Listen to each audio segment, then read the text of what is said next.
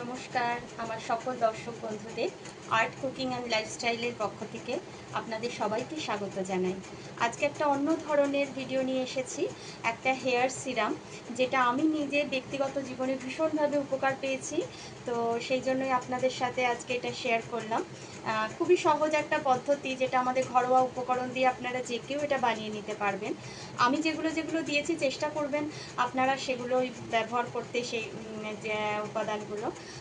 তো চলুন বেশি দেরি না করে আজকের ভিডিওটা শুরু করা। বর্তমানে চুল ওঠার সমস্যায় ভুগছেন না এমন মানুষ আমার তো মনে হয় খুব কমই আছে। আমরা সবাই পছন্দ করি এক ঢাল কালো চুল, অন্তত চুল পড়াটা বন্ধ হবে, খুশকি থাকবে না, চুলের গ্রোথটাও ভালো হবে। তো সেরকমই একটি হেয়ার সিরাম আজকে আপনাদের সাথে শেয়ার করব, খুবই সহজ সরল পদ্ধতিতে। চলুন দেরি না করে শুরু করা যাক আজকের রেসিপিটা। প্রথমে আমি নিয়ে নিচ্ছি কারি পাতা। দেখুন, কারি পাতা চুলের জন্য ভীষণভাবে উপকারী একটা বন্ধু আমাদের। তো আপনারা আশেপাশে কোনো জায়গা থেকে অথবা বাজারেও পেয়ে যাবেন এই কারি লিভস বলে, এই যে কারি পাতা। প্রথম উপকরণটা হচ্ছে কারি পাতা। দ্বিতীয় উপকরণটা হচ্ছে কালো জিরে। এটা আমাদের রান্নাঘরে আমাদের সবাই আমরা পেয়ে যাব কালো জিরে, বা হিন্দিতে একে কালঞ্জিও বলা হয়। পরে আমি নিয়ে নিচ্ছি মেথি দানা।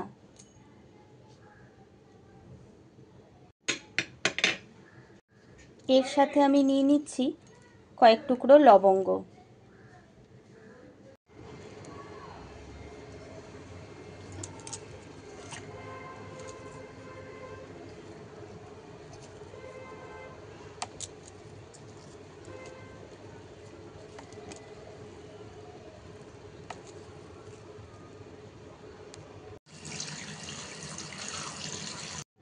দেখুন, এটা হচ্ছে ভৃঙ্গরাজ, ভীষণই উপকারী এটা চুলের জন্য।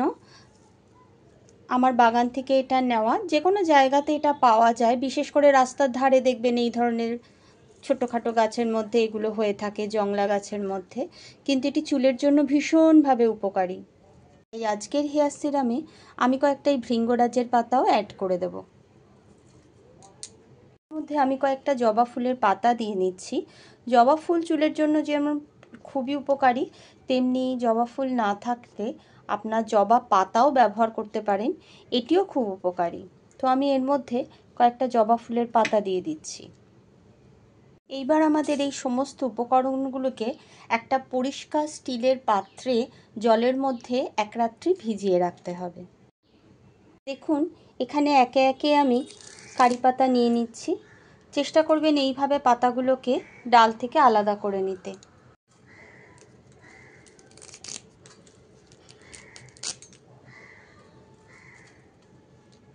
আমি বড় চামচের 1 চামচ 1.5 চামচ মতো মেথি দানা নিয়ে নিচ্ছি।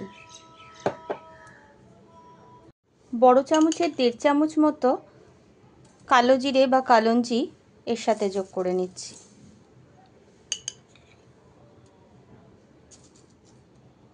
আমি একটু পরিমাণটা বেশি করে বানাবো, তাই জন্য আমি একটু বেশি পরিমাণেই লবঙ্গ এর সাথে যোগ করে নিলাম। আপনারা কম পরিমাণে বানালে একটু অল্প করে করে সমস্ত উপকরণ দিয়ে বানাতে পারেন। ভৃঙ্গরাজের পাতাগুলো এর সাথে অ্যাড করে নেব।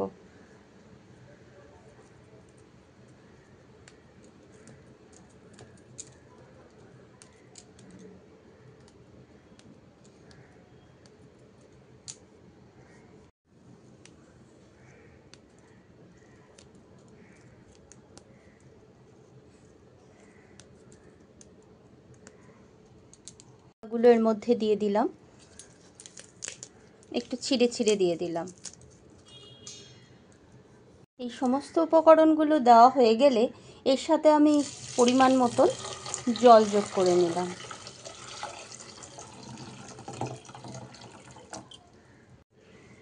মেশানো হয়ে গেলে সমস্ত উপকরণগুলোকে আমি ঢাকা দিয়ে রেখে দেব এক রাত্রি। রাতের সময় কম থাকলে 4 থেকে 5 ঘন্টা ভিজিয়ে রাখলেও হবে। ব্যস্ততার জীবনে আমাদের সবারই সময়টা ভীষণ একটা বড় ব্যাপার, সব সময় আমরা করে উঠতে পারি না সব কিছুর জন্য। তো সেক্ষেত্রে যদি সময় কম থাকে তাহলে 4 থেকে 5 ঘন্টা ভিজিয়ে রাখলেও এটা ততটাই উপকার দেবে। এক রাত ভিজিয়ে রাখার পর দেখুন মিশ্রণটা পুরো ভিজে ঠিক এই রকম একটা আকার নিয়েছে। প্রত্যেকটা উপাদান এতে ভালো করে মিশে গেছে। এবার এইটাকে আমরা একটু ভালো করে চামচ দিয়ে নেড়ে নেব এবং গ্যাসের লো ফ্লেমে এটাকে বসিয়ে মিনিট 15 এটাকে ভালো করে বয়েল করে নেব। এটাকে গ্যাসে বসিয়ে দিয়েছি আমি অলরেডি, এবং এটা যতক্ষণ ধরে হবে ততক্ষণ একদম লো নয়, একটু মিডিয়াম আছে গ্যাসের ফ্লেমটাকে রাখবো এবং উপরে একটা চাপা দিয়ে দেবো। দেখুন মিশ্রণটা খুব ভালো করে ফুটে গেছে। এইবার গ্যাসের ফ্লেমটা বন্ধ করে দিলাম এবং মিশ্রণটাকে খানিকক্ষণ চাপা দিয়ে রাখবো। সঙ্গে সঙ্গে ছাঁকবেন না, মিশ্রণটা কিছুক্ষণ চাপা দেওয়া থাকবে। মিশ্রণটা পুরোপুরি ঠান্ডা হয়ে যাওয়ার পর আমরা এটাকে একটু ভালো করে চামচ দিয়ে গুলে নেব। এইবার এইটাকে একটা পরিষ্কার পাত্রে ছেঁকে নিতে হবে।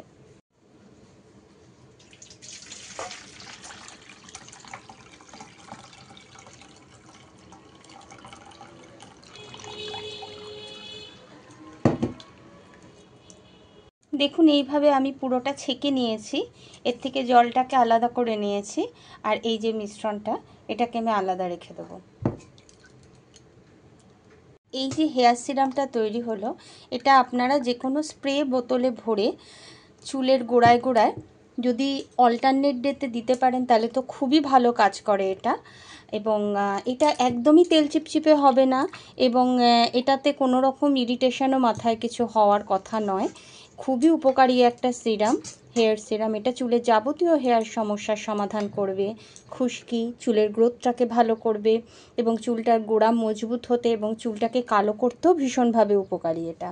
এটা একটি স্প্রে বোতলে ভরে আপনারা এটাকে ব্যবহার করতে পারেন, এবং যদি একটু বেশি করে বানান তাহলে সেটা 1 সপ্তাহের বেশি আপনারা সেটাকে স্টোর করবেন না, কারণ এই ধরনের হোমমেড সিরাম একটু ফ্রেশ ব্যবহার করাটাই খুবই দরকার।